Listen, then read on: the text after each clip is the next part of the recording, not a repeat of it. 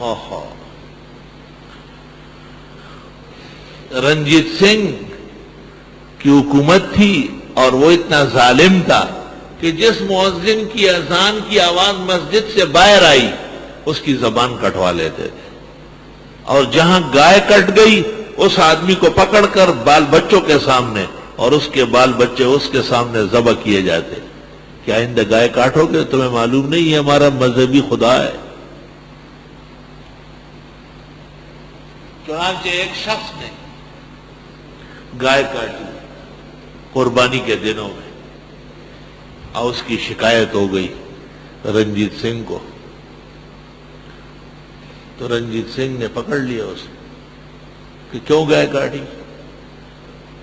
رنجیت سنگھ کی ایک عادت تھی کافر اور سکھ ہونے کے باوجود کہ جو سچ بول لیتا تھا اس کو چھوڑ دیتا۔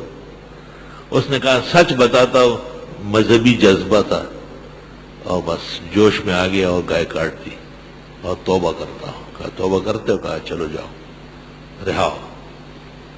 جب اگلا سال آیا اور قربانی کے دن ہو گئے، 2 گائے کاٹ دی، 2 گائے کٹائی۔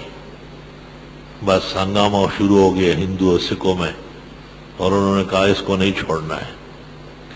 تو ایک بنیا تھا وہ رنجیت سنگھ سے ملنے جا رہا تھا، تو اس نے کہا مت جاؤ، مجھے مار دے گا۔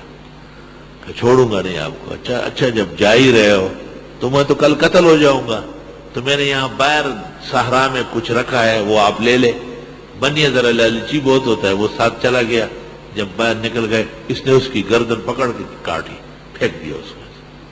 اب خطرہ پیدا ہو گیا کہ یہ تو لوگ دیکھ لیں کہ بھئی وہ بنیا جو شکایت کرنے جا رہا تھا وہ قتل ہوا ہے، تو اس نے اس کو چادر میں لپیٹ کے گھر لے آیا، اور رات کو بہت سارے کپڑوں میں لپیٹا اور جانے لگا۔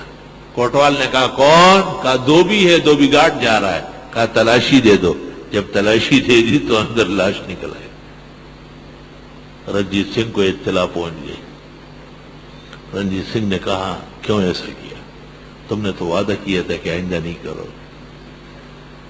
اس نے کہا بس میرا کوئی عذر نہیں ہے۔ تو رنجیت سنگھ نے کہا کہ اس کو لے جاؤ اور کمرے میں بند کر دو، اور صبح سویرے اس کو پھانسی دے دو، مجھے دوبارہ مت پوچھو۔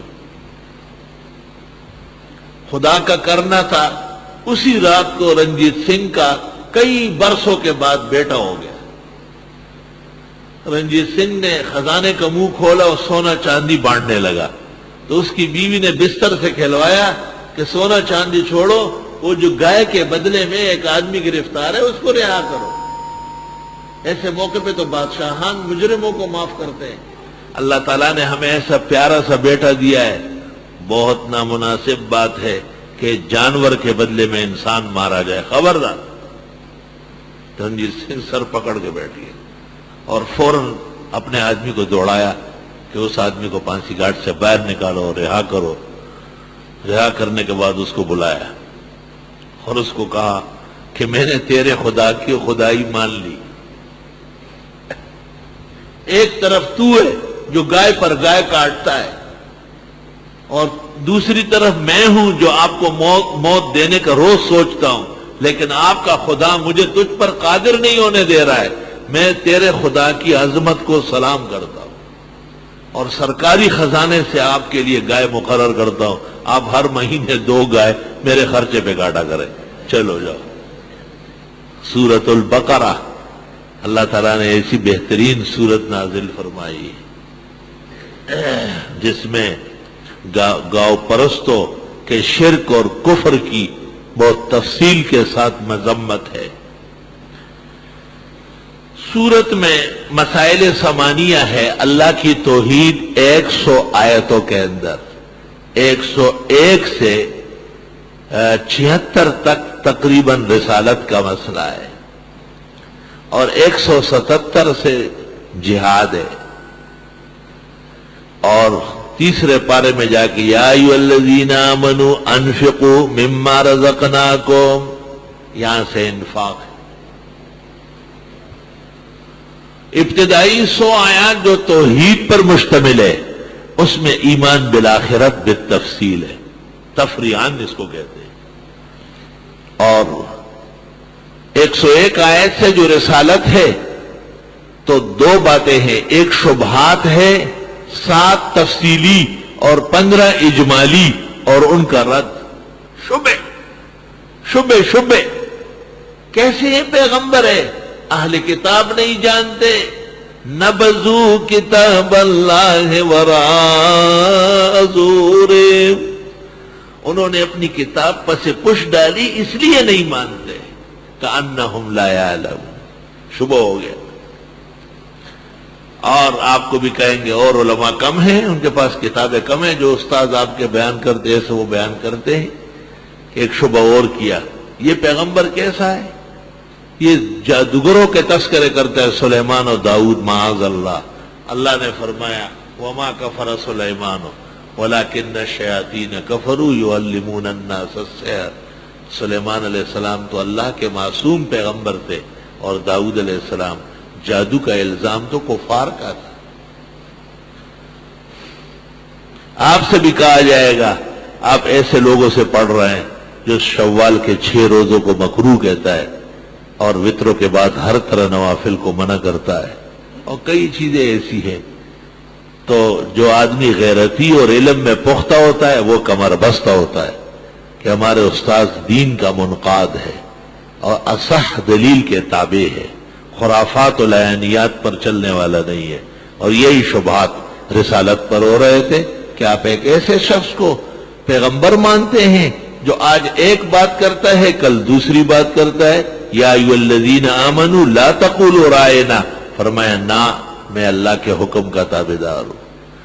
بھئی یہ کیسے پیغمبر ہے؟ پہلے بیت المقدس کی طرف نماز ہے، اب پھر کعبے کی طرف۔ جواب للہ المشرق والمغرب، دونوں اللہ تعالیٰ کے حکم سے ہیں۔ اور تیسرے پارے میں دوسرے میں جا کے تفصیلی جواب دینا شروع کر دیا۔ یہ کیسے پیغمبر ہے؟ یہودی ان کو نہیں جانتے، جواب یہودی سرکش اور منحرف ہے۔ اور یہ کیسے پیغمبر ہے جو ابراہیم علیہ السلام اور اسماعیل علیہ السلام کے خلاف کرتے ہیں؟ جواب یہ ابراہیم علیہ السلام کی دعاؤں کے عین مطابق آئے ہیں، ربنا وبعث فیہم رسولا منہم۔ اور یہ کیسے پیغمبر ہے ملت ابراہیمی کے خلاف کرتے ہیں؟ جواب ومن یرغب عن ملت ابراہیم الا من صفح نفسہ، ابراہیم علیہ السلام کے پلیٹ فارم پر پختہ یہ پیغمبر ہے، اور کوئی ہے ہی نہیں۔ اور یہ کیسے پیغمبر ہے؟ ان کی تعلیمات تو اور طرح کی ہے۔ جواب ام کنتم شہداء اذ حضر یعقوب الموت اذ قال لبنیہ ما تعبدون من بعدی قالوا نعبد الہک و الہ آبائک، تم موجود تھے؟ پیغمبروں نے وقت وفات توحید کی وصیت کی، اور یہ پیغمبر توحید والے پیغمبر ہے، توحید پر قائم دائم پیغمبر ہے، اور اس کا دین کوئی اور ہے۔ جواب غلط، یا بنیہ ان اللہ اصطفیٰ لکم الدین فلا تموتن الا وانتم مسلمون۔ اس قسم کے شبہات۔ اور ایک شبہ، آخری شبہ یہ ہے، آخری 2 شبہ۔ ایک شبہ یہ لوگوں کو میدان میں لے جاتا ہے، مروا کے پھر کہتے ہیں شہید۔ جواب لا تقولوا لمن يقتل في سبيل الله اموات بل احیاء ولکن لا تشعرون، اللہ کے راستے میں جو مارے جاتے ہیں وہ یقیناً زندہ ہیں، تمہیں عقل و شعور نہیں ہے۔ ایک اور شبہ آخری وہ یہ تھا کہ صفا اور مروہ کے درمیان دوڑ لگاتا ہے اور کہتا ہے کہ یہ ثواب ہے اور عبادت ہے، حالانکہ صفا اور مروہ بتوں کے نام ہے۔ جواب ان الصفا والمروہ من شعائر اللہ، صفا اور مروہ تو قدرت کی وحدانیت کی دلیلیں ہیں۔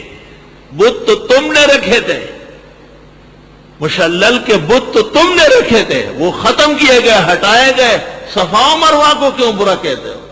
ان الصفا والمروہ من شعائر اللہ، یہ تو حضرت ابراہیم علیہ السلام کی بیوی حضرت ہاجر کی یادگار ہے، اور وہ اس وقت جو پریشانی میں دوڑی تھی، ایسی پسند آ گئی کہ جب محمد الرسول اللہ صلی اللہ علیہ وسلم بھی وہاں پہنچے تو اللہ نے کہا اے پاک نبی، اور میری پاک بی بی نے دوڑ لگائی، پسند آئی، تھوڑا آپ بھی دوڑ کے دکھائے۔ سبحان اللہ۔